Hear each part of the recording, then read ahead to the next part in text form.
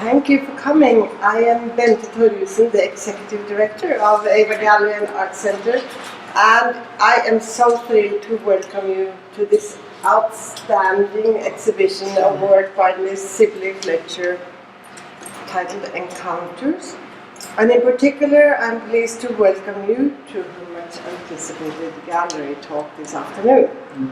Liz, who lives in Mason, New Hampshire, has an impressive resume of accomplishment behind her, including numerous awards for her unique work in clay and mixed media. Just by taking a look at her educational background, we immediately gain an understanding that the passion for the arts and for the earth, the passion for the art and the environment are instrumental to her very being. Liz holds an MFA in ceramics from Massachusetts College of Art and an MS in resource management from Antioch, New England. She's as deeply involved with the arts and the furthering of arts organizations as she is with her commitment to environmental causes, as exemplified by her work for the Nashua River Watershed Association and the Mason Conservation Commission.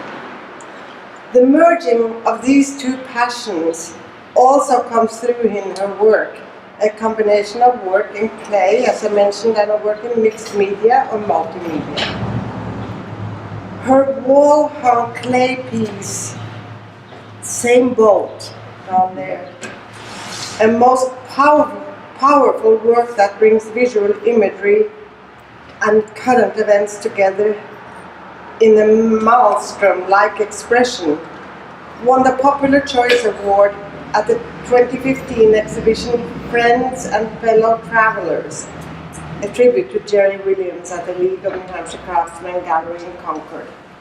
And her mixed media sculpture, Bearing, on a pedestal by the wall there, made of glass, clay, and wood, was awarded the first prize at the 2011 New Hampshire Art Association's La Sonde Memorial Exhibition. Her professional accomplishments are too numerous to mention in their entirety. Here's a short list. Here's a short list.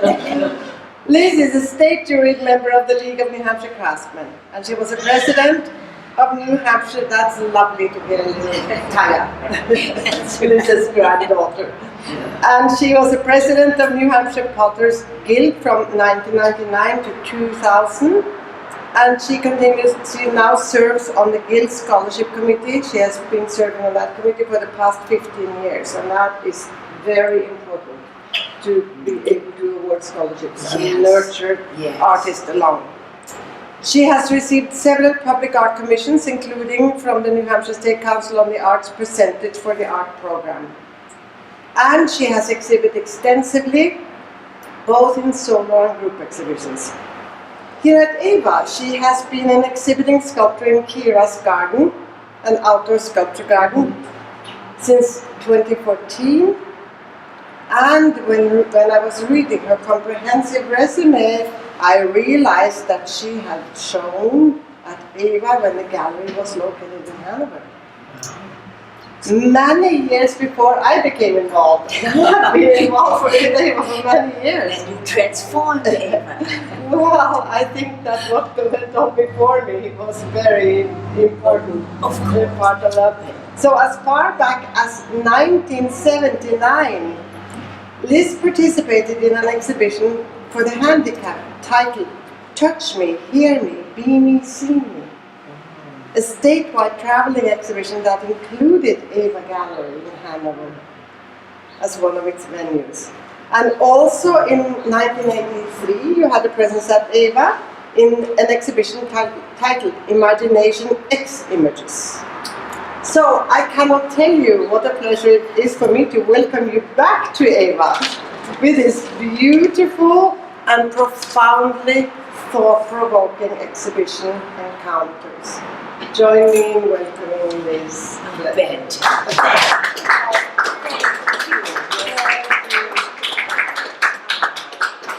Well, Bente, you're amazing. Oh my goodness, I was just so happy when it was last winter. Margaret, who's the curator, Margaret Jacobs, the curator of the galleries here, she called and asked if I would like to have a show this June in the Elizabeth Rowland Mayer Gallery. And oh, what a wonderful opportunity. I was so happy. And especially, I like this space because it's all enclosed. It's like you can be in somebody's head. Because there's a lot, I do think of, I don't know, wow. I think of the connection between arts and the environment and things that happen, things we do to each other and to the world. And somehow, I don't know, but it seems like if it can be expressed in clay in a way where it can reach beyond, you don't want to like poster art. It's more like people can look and see in and imagine. And the thicket here is the first time it came out in public. And I made it a few years ago. And it opens and you can look in. So please open. And the 4 floor works I chose, and I didn't realize, I just chose them, but then I realized they all have a hand extended. Like they're inviting an encounter. So I hope people feel, that you can approach and touch. It's all right to touch Bo's hand. It's all right to touch the little mitten, to open the door a little wider and look inside. Because inside is many people from all over. Some are related to me. Some are dead. Some are babies. Some are from Asia, Africa, all over. It's like this human family is camping out in there.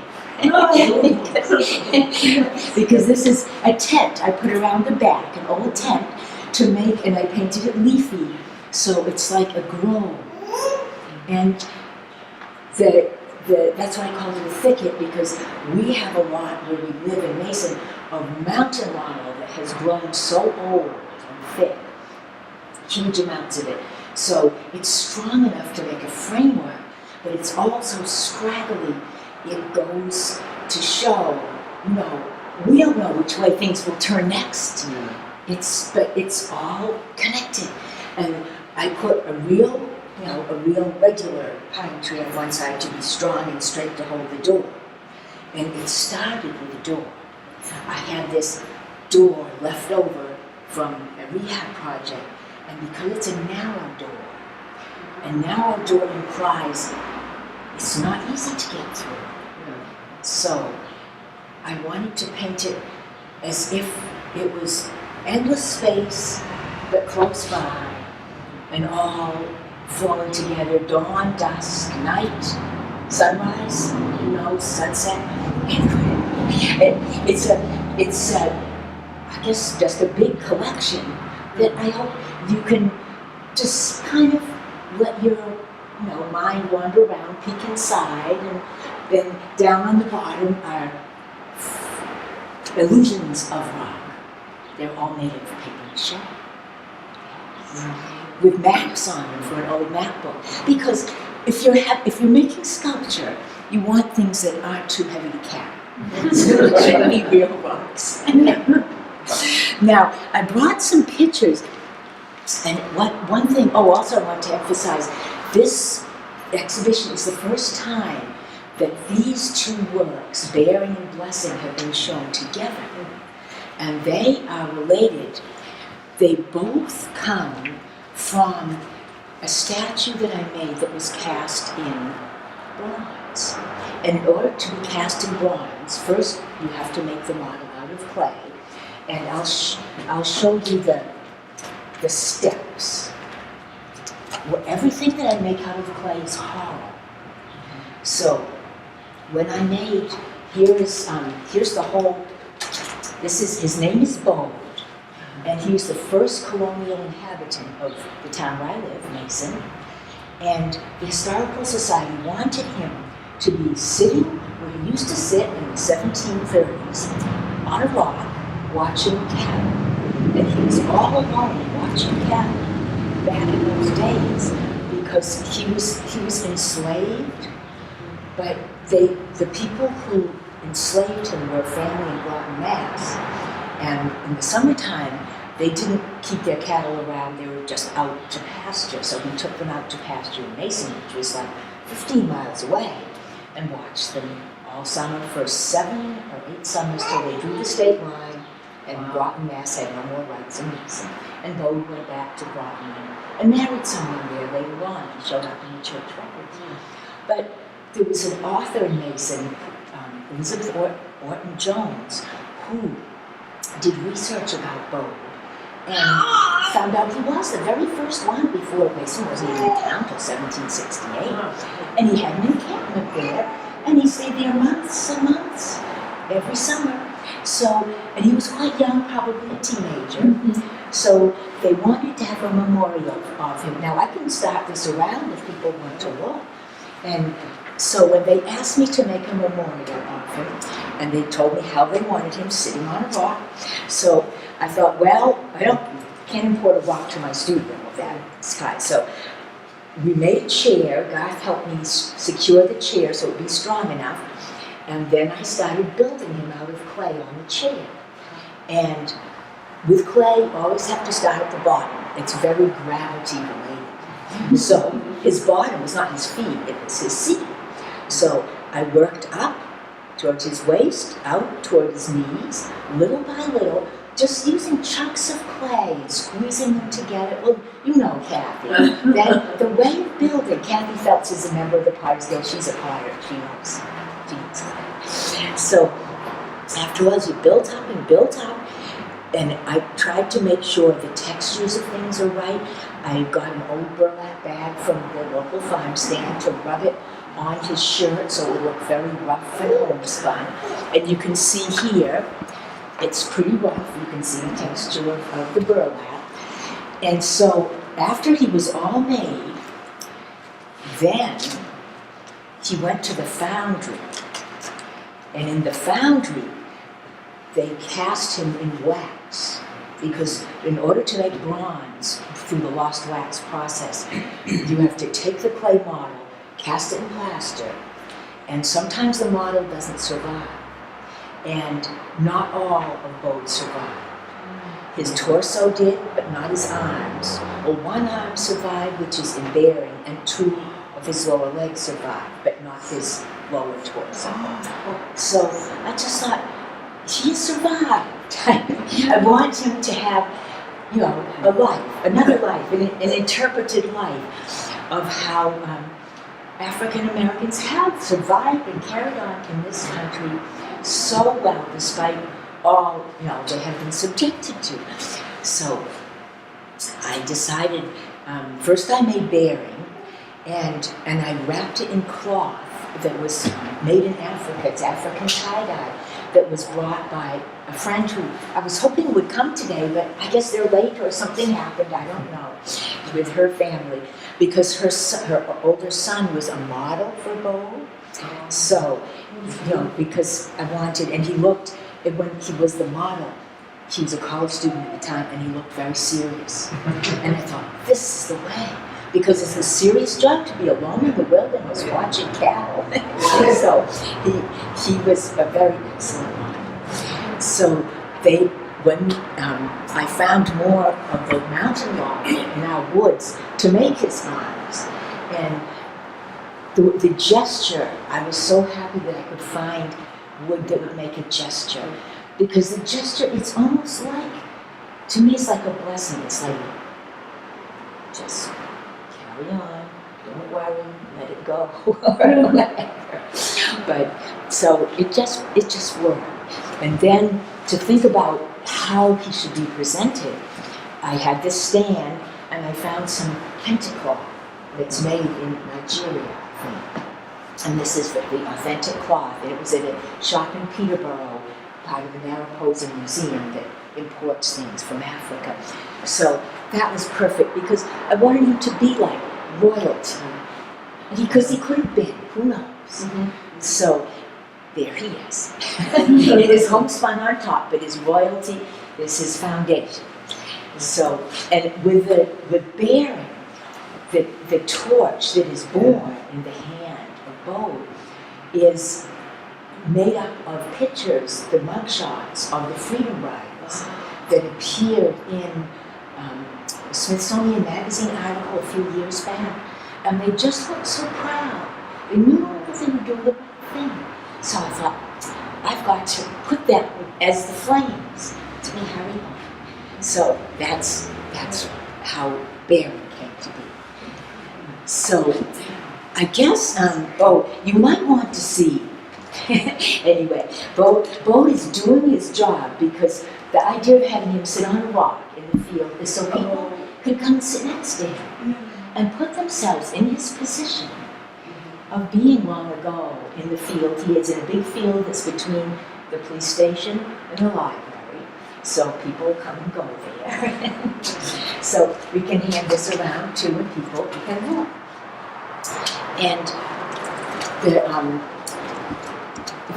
the whole idea of like combining real items like cloth kind of is what inspired me with the suit. I thought, our neighbor had a goat, and it was a Nubian goat, which has a very noble nose, like he does. And sometimes it would come over when I was working down the garage. This was long ago, long before you were born, and he'd be like, supervise. So I thought, this is a real character. So then I thought, well, supervising should have a proper suit. And so then I found one in the Salvation Army and made a pipe frame. And Garth always helps me put it together because his head is rather heavy, even though it's hollow, to lift up. And it's on a pipe that sticks out. And his hand is a little out like, he could make a deal, they could shake on it, But he's standing on a wasteland, and partly that's the connection between scapegoats and wastelands because they were sent out into the wasteland, the scapegoats. So it's could be a mockery of our whole capitalist system, which lays waste like mad. And goats are amazing because they eat everything, and they can lay waste quite naturally. But then also, he looks a little poignant too. So I'm glad he has a chance to come out because normally he doesn't stand around at home because I want to keep his suit pristine. No dog hairs. So, does anyone have questions about the work? I would be happy to try and answer. Yes, George. Why is the door upside down? Because it looks better that way. But you're right. Usually the small part is at the, but it needed more like uplifting, so that the longer should be at the bottom to guide it upwards. Yeah. That's a good question.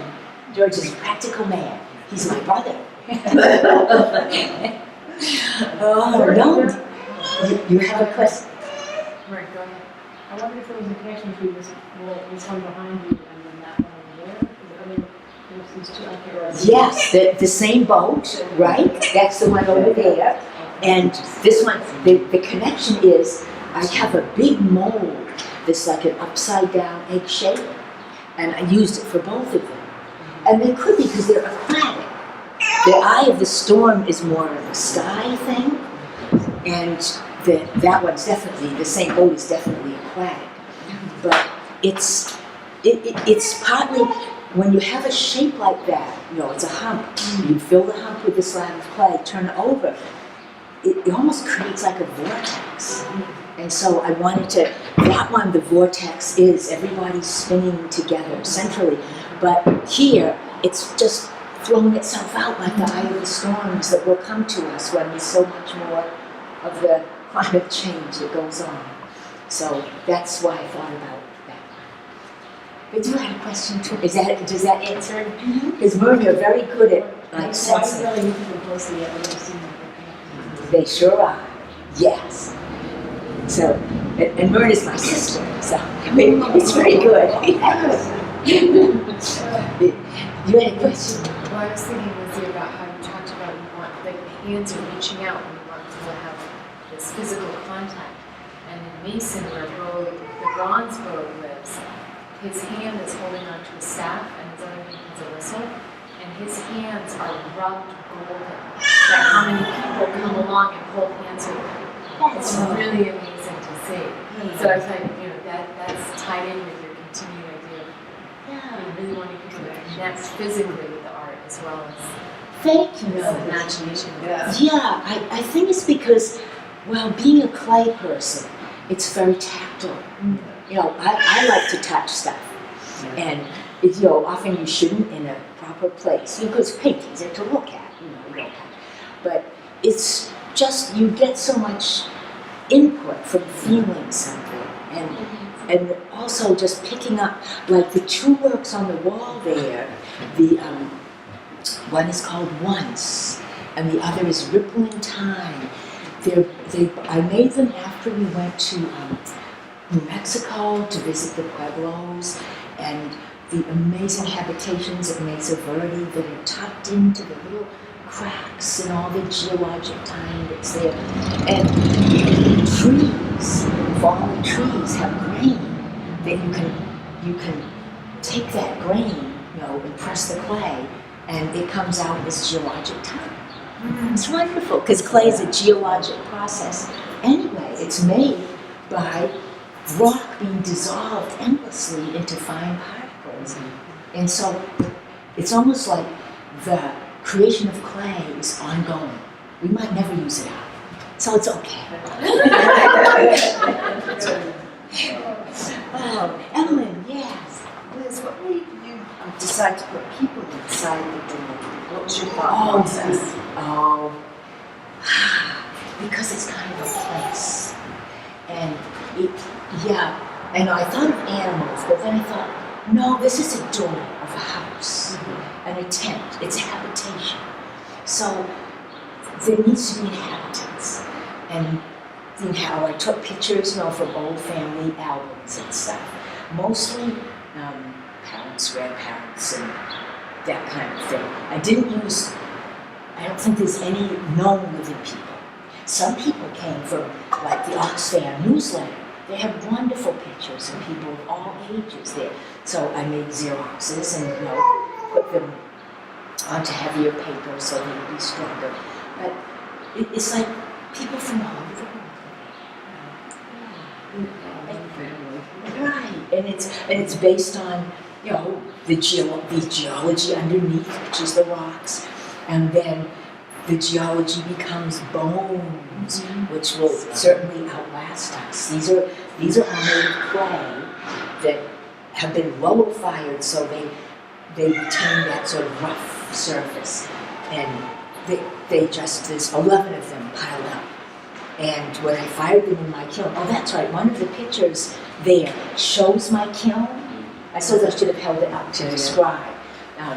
My kiln it's a big arch that I can stand inside, but not when it's firing, because the floor comes out, so I can load things on. And when I'm loading big things, Garth can help me, because they get quite big, and that's the most difficult time is before they're fired. So it takes 2 people to get them in the kiln. And these ones are separate pieces, and I piled up about 4 of them. My kiln is actually taller, but I thought, shouldn't pile any more. And the one on the very bottom, you can't see from the outside, but inside, it began to crack with the weight when it was fired, because when clay gets to a higher temperature, it becomes softer. Not really soft, but soft enough so that stresses can really start showing. But once it's done, it's fine when it cracks. It's not going to crack anymore. It's quite safe. It won't collapse. And there's a pipe inside anyway to keep them all upright. But they're very securely nestled in there. So it just seemed like the vegetation, the minerals are both holding up each side of the door. So, and then I had to use this little, my mother darned it, she died.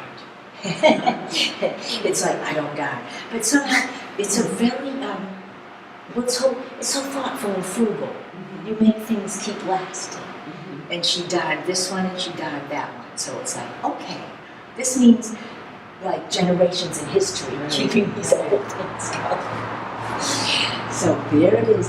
But I don't, I don't want people to feel like, there's a reason for everything, because sometimes there isn't. Sometimes it's just the way it looks, or feels right. Well, bearing, you didn't do bearing until you had a loose hand from both. Yes. Yeah. It's all, these is all after the casting, which was in 2008. So it was having the hand from both that you thought, I guess, what am I going to do with this hand? Well, it's like, they survived.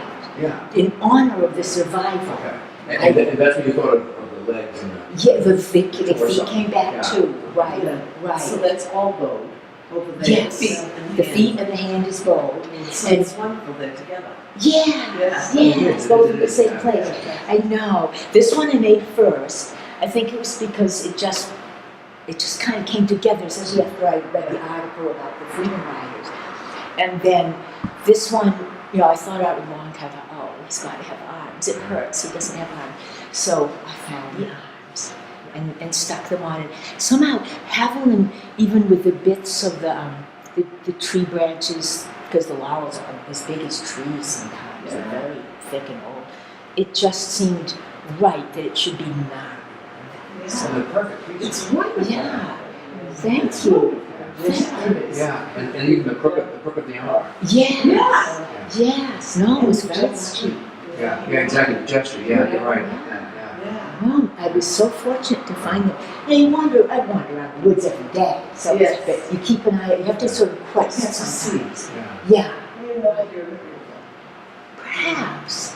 But sometimes I don't know. for. No, but you know when you see it. Yes, I do, right. But I might bring 3 home and turn them this way and that way and finally decide. So, So, can I ask a question about this one? yes, So, did the idea emerge over a long period of time, and did you gradually put it together, or did you? it took a few months. A few months. Yeah. That's pretty fast. Yeah. Though. That's really pretty Right. fast. Well, some of it was because a collection was happening. On the Conservation Commission, we were given, hello Fergusons, hi, you made it, wow. The seats up front, if you like. These are our friends from, originally that's Arthur and his daughter Evelyn, and there's Audrey sitting in back, and Marjorie, the mother and grandmother, and they're from Sierra Leone. In fact, Marjorie is the one who gave me the beautiful tie-dye cloth. Yes. And Marjorie's son Nathan is the one who was the model for both. So, there. It's great. You He's made a model in so many ways. Oh, yes. But deep. When you just mentioned Sierra Leone, I'm wondering, there's so much amazing in Gloucester in your art. Like, what impact does your actual physical environment, how does that penetrate into your work? Oh my gosh, well, yes, there is lots of stuff from Gloucester, it's true. Well, so just, you think about things that happen, people you've loved, and, but then things like the cloth, it speaks, that you want it to be embodied somehow. And so, it's, it's just like you walk the path, and all these things come along with you. And you can draw from them, but you don't really know right away. And like if you look inside, but please look in. You can't you can only see from this side, really. But there is, oh my gosh, even a great grandmother is in there. But there's a poet of Gloucester and his daughter, who was my friend, who died when she was only 15. And so I put them together. And I asked her surviving sister if that was all right. She said, fine. So you should check with people, before you put them into things. But the Conservation Commission received a gift of land and a shelter from a man. He gave 500 acres to the town. It was extremely eccentric. And when you look inside there's a knife sticking out of a piece of laurel. He did that. And somehow it felt like it should come and just kind of slice into the middle. And people could make of it what they want, but it somehow seemed like something that should be there. And that's Your own meaning. yes, you can. See, it's all right to do free association. It's not like there's an answer. Because sometimes you put things together that you wonder about yourself, so other people can wonder. That's what, I don't want people to think, what did the artist mean? You think, what does this mean to me? It's okay to think that. Yeah. So feel free to look in, and there's like, and also Bronson, that was his name. There's like an old sort of pot down at the bottom, and I put in lots of pictures of babies, some from different magazines and things, and it's like the baby stew bubbling up. And of course, his name was Bronson Potter. It was his name, I know, Oh. but that was just happenstance, Yeah. right? But he was a very interesting man, and we had to clean out his house because he had no relatives that wanted to do it. But we found some interesting things. These sort of look like vertebrae to me. They do exactly to it. Totally. It's like a spine because a tree trunk is like a spine, and then the vertebrae. So it's related. Definitely like two portals. It's interesting to have the feathers. Oh, I love feathers. Yeah, and they're so lacking in substance compared to what else is there.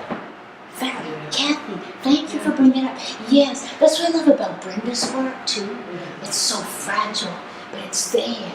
Yeah, like a feather. Gorgeous. Yeah. So I felt it needed feathers just because, right, it's grounded, but then it goes up to the air.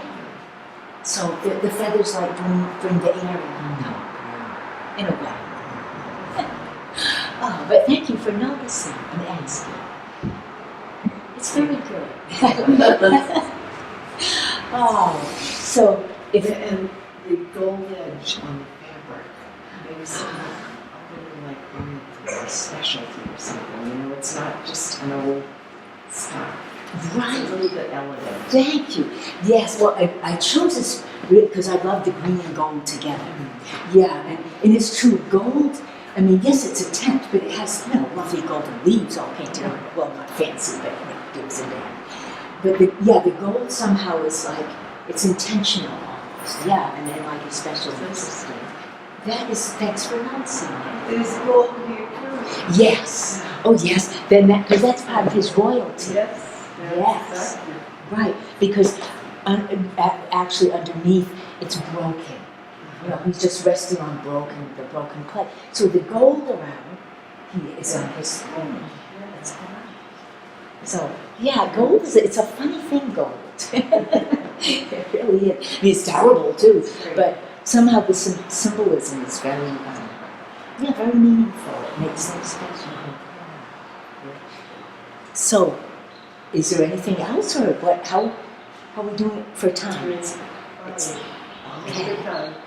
Okay. Now, Arthur, I don't want to put you on the spot. You just got here, but do you have any questions about wondering things? You haven't seen them all yet closely. Arthur is a psychologist. Oh no, I'm sorry, Arthur. And he's a child psychologist. Oh, one thing that occurred to me about artists, we're exhibitionists. We really are. This is an exhibition. Yes, but it's like we're kids in a way. It's like, see what we've done. We want that to get the feedback. So it's like artists haven't grown up, and we're still exhibitionists. But it's kind of the way. I mean, like Audrey, you must always be showing your parents the things you've done, and your Nina too, because you do lots of neat art stuff. That's true. I made a tiny picture. That's when I had a big spiral. Nice. So Liz, I have a question. I may have missed this, but I'm curious about the lack of hands and sort of stumps. I may have missed that part. You did, but it's okay. This is, do you remember Bo? Of course, you saw him in Mason. Well, when he was cast in bronze, the clay didn't survive fully as his whole being that I made, but his torso survived. But his arms, one arm survived. It's over there. It's bearing. but it didn't survive, connected to his torso. So it just seemed like he needed arms. I didn't want to he looked the way I wanted him to look. And so I thought, well, he should live still. And it hurts to not have arms. And people with prostheses nowadays should make great ones. Of course, the laurel is not a very good prosthesis. But, just symbolically, it stands in. That's why. Okay. But yes, you're right to question. Liz, I have to just, this is so wonderful about how you're connecting with all with the hands.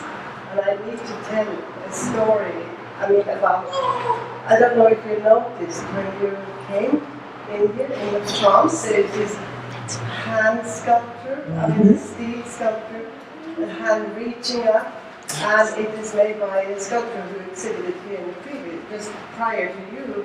His name is Torrin Porter, and he made it specifically so it could be outside here for half a year. He thought it was so beautiful to have in this building where people have worked and used their hands for more than a century, making work clothes and so on, and the symbol of using also as reaching up and welcoming. Yes. Well, I have to tell you something that isn't public yet. There, the other day, on Tuesday, I met with some wonderful friends of AVA, and they loved that sculpture so much that they bought it as a gift to AVA. So it's a novelty gift, but it will be on permanent display here. So this is it's a theme of the hand. Yeah. Reaching out in so many ways. Oh, fantastic. From the book to the Yes. the hand that has been kind of repurposed. Yes, that's right. And the hand opening up the mending. The symbolism is just, it's so meaningful. So I just wanted to tell that. It's a great story. And it's wonderful because it was only, I hadn't seen, wasn't here last year? No, it was just in April. Okay, okay.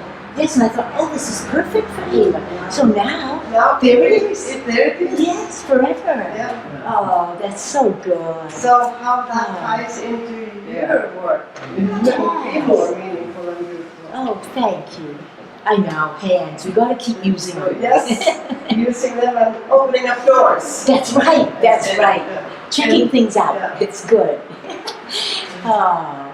Yeah, so I'm so happy to be here, and it's just such a great chance. Thank you, Benta. Thank you, Liz, and I also welcome you have some refreshments and also take a stroll up in the sculpture garden if you haven't been there, because there are several of Liz's pieces out around the sculpture garden. Yes. So just And look hang around on at and look around. all the other shows. There's yourself. so much to see at Ava. Oh my Thank you, gosh. Liz. Thank you, Thank you. Benta.